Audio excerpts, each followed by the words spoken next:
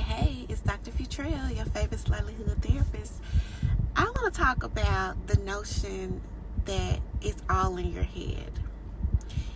People tend to say in a demeaning or belittling way when they're talking about things that are mental health related that it's all in your head. And they say that in the sense of like you should be able to just get over it because it's all in your head. You just need to change the way you're thinking about things and it's all in your head. So let me tell you, it is all in your head. But here's the gag. Everything is all in your head.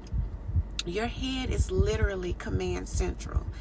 If your head doesn't tell your lips to move, they're not going to move.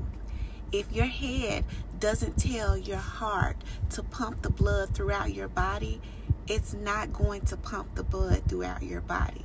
If your head doesn't tell your limbs to move, your limbs are not going to move. I think you get where I'm going with this, right? So the fact of the matter is, when you're dealing with emotional pain, emotional trauma, emotional dysregulation, addiction, any of those things, yes, it is all in your head. Perception is reality, people. If you perceive something to be a certain way, it's going to be that way. And so mental health is extremely important. It's important for you to be able to identify what's going on in your head and what you can do to try to change either the way you think, which affects the way you feel, which affects your behavior. And sometimes you don't have the power to do that on your own. Sometimes it requires prayer. Sometimes it requires faith. Sometimes it requires therapy. Sometimes it requires medication.